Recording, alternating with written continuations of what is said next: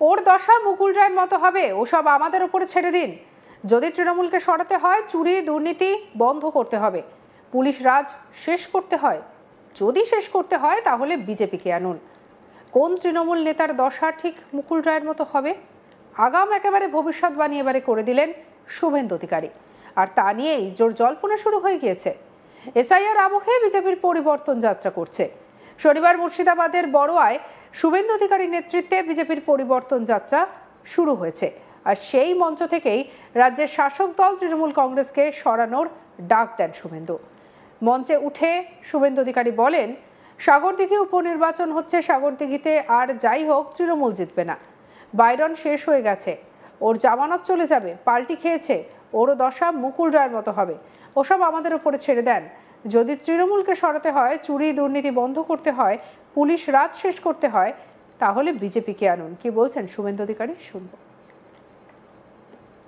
22টা সিটে তৃণমূলকে আমি এখানে এনেছিলাম, 26-এ শূন্য করব। গোল্লা নিয়ে বাড়ি যাবে মমতা ব্যানার্জি। সাগরদিঘি উপনির্বাচন হচ্ছে, দিলীপ শাহ প্রার্থী ছিলেন, আছেন মঞ্চে। গণনার আগের দিন কলকাতায় আমাকে সাংবাদিকরা বলছে কালকে কি হবে। আমি বললাম আমি গণৎকার নই, বলে গেলাম কে জিতবে জানি না, কিন্তু তৃণমূল জিতবে না সাগরদিঘিতে। বাইরন শেষ হয়ে গেছে, ছেড়ে দেন, জামানত চলে যাবে বাইরনের। পাল্টি খেয়েছে, মুকুল রায়ের মতো দশা হবে, ওগুলো নিয়ে ভাববেন না, ওটা ছেড়ে দেন আমাদের উপরে। কংগ্রেস লড়তে জানে না, লড়তে জানে বিজেপি।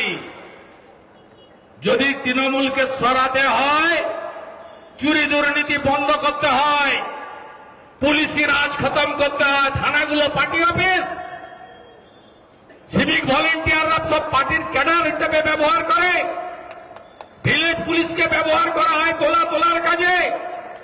কদিন আগে এই মিনাল বলে একটা ডাকাত আছে, আইসি কাঁদি কিভাবে মেরেছে গ্রামের লোককে আপনারা দেখেছেন। আমি এর পরের ট্যুরে যাকে মেরেছে তার বাড়িতে যাব, প্রাক্তন সাংসদ গেছিল, আমি টিভিতে দেখেছি। যাব, এই গুন্ডাদের রাজত্ব খতম করতে হবে। পুলিশের বেতন কে দেয়? বেতন আপনার আমার ট্যাক্সের পয়সায় হয়। পিসিও দেয় না, ভাইপো দেয় না, মাহে আলমও দেয় না, আর ডেভিড অপূর্ব সরকারও দেয় না। এটা কান খুলে শুনে রাখা দরকার রয়েছে সব পুলিশের। এরপরে শুভেন্দু বলেন, সিএএ চালু হয়ে গিয়েছে, কাকে ডিটেনশন ক্যাম্পে পাঠানো হয়েছে নাম বলুন। এবারে বলেছিল এসআইআর মানে এনআরসি, কিন্তু কেউ টুপি পরেনি, মমতা ব্যানার্জির টুপি কেউ পরেনি, সবাই বুঝে গেছে বিজেপি এলে পেটে ভাত, হাতে কাজ আর মাথায় ছাদ থাকবে। তাই তৃণমূলের গেরু তুলে উপড়ে ফেলতে হবে, তাই সব বুথগুলোকে দুর্গ বানান। কি বলছেন শুভেন্দু, শুন। কাকে ডিটেনশন ক্যাম্পে পাঠানো হয়েছে নাম বলুন। বলুন উত্তরপ্রদেশে, গুজরাটে, মহারাষ্ট্রে সংখ্যালঘু মুসলিমরা ধর্ম পালন করতে পারেন হ্যাঁ কিনা? এত মিথ্যা কথা। এবারে বলেছিল এসআইআর মানে এনআরসি, কেউ টুপি পরেনি। তোমার টুপি কেউ পরেনি মমতা ব্যানার্জি। সবাই বুঝে গেছে ভারতীয় জনতা পার্টি এলে পেটে ভাত, হাতে কাজ, মাথায় ছাদ, বিজেপি দেবে, বিজেপি দেবে, বিজেপি দেবে। তাই তোমার টুপি কেউ পড়ছে না। এই দুর্নীতিগ্রস্ত চোর তৃণমূলকে একদম গেরু তুলে উপড়াতে হবে। সব বুথগুলোতে দুর্গ বানান, সব বুথগুলোকে দুর্গ বানান। হিসাব চাই না। 100 দিনের কাজে টাকা চুরি করেননি, করেননি। বিড়ি নিভিয়ে নিভিয়ে খেতেন, তুলো লাগানো সিগারেট ছাড়া খান না। গ্যাটিস লাগানো সাইকেল, বাচ্চা স্কুলে যাওয়ার জন্য ছোট গাড়ি, নিজের জন্য এসি গাড়ি, স্করপিওতেও হচ্ছে না, এখন ফরচুনার নিউ ব্র্যান্ড। রানীনগরের এমএলএ তো সিনেমা করতে লাগিয়ে দিয়েছে, এত টাকা তার। ঘন ঘন সিবিআই আর ইডির অফিসে দেখতে পাওয়া যায় একজন তো মারাই গেল ডোমকলে এমএলএ।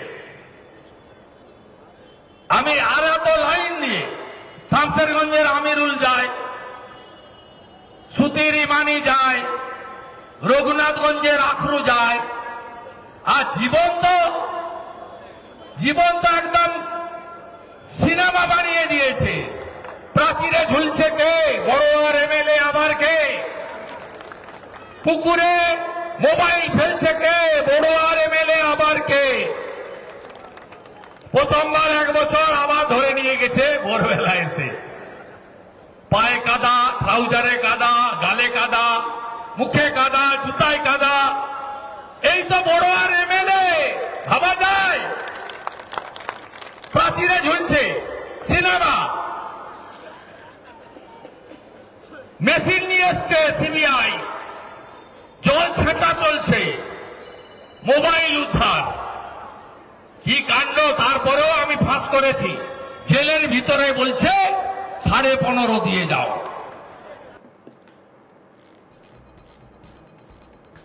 বর্তমানে একেবারে এসআইআর ইস্যুতে সরগরম রয়েছে বাংলা। তার মধ্যে শুভেন্দু অধিকারীর একের পর এক বক্তব্য বাংলার মাটিকে আরো উত্তপ্ত করে তুলেছে।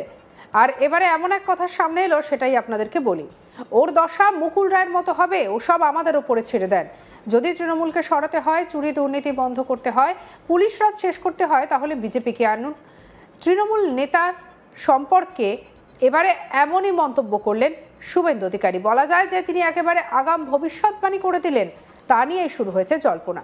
এসআইআর আবহে বিজেপির পরিবর্তন যাত্রা।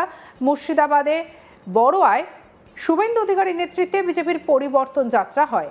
আর সেই যাত্রার মঞ্চ থেকেই রাজ্যের শাসক দল তৃণমূল কংগ্রেসকে সরানোর ডাক দেন শুভেন্দু। মঞ্চে বক্তব্য রাখতে উঠে শুভেন্দু অধিকারী বলেন, সাগরদিঘি উপনির্বাচন হচ্ছে, সাগরদিঘিতে আর যাই হোক তৃণমূল জিতবে না। বাইরন শেষ হয়ে গেছে, ওর জামানত চলে যাবে। পাল্টি খেয়েছে, ওর দশা মুকুল রায়ের মতো হবে। কি বলেছেন শুনব। 22টা সিটে তৃণমূলকে আমি এখানে এনেছিলাম, 26-এ শূন্য করব। গোল্লা নিয়ে বাড়ি যাবে মমতা ব্যানার্জি। সাগরদিঘি উপনির্বাচন হচ্ছে, দিলীপ শাহ প্রার্থী ছিলেন, আছেন মঞ্চে। গণনার আগের দিন কলকাতায় আমাকে সাংবাদিকরা বলছে কালকে কি হবে। আমি বললাম আমি গণৎকার নই, বলে গেলাম কে জিতবে জানি না, কিন্তু তৃণমূল জিতবে না সাগরদিঘিতে। বাইরন শেষ হয়ে গেছে, ছেড়ে দেন, জামানত চলে যাবে বাইরে।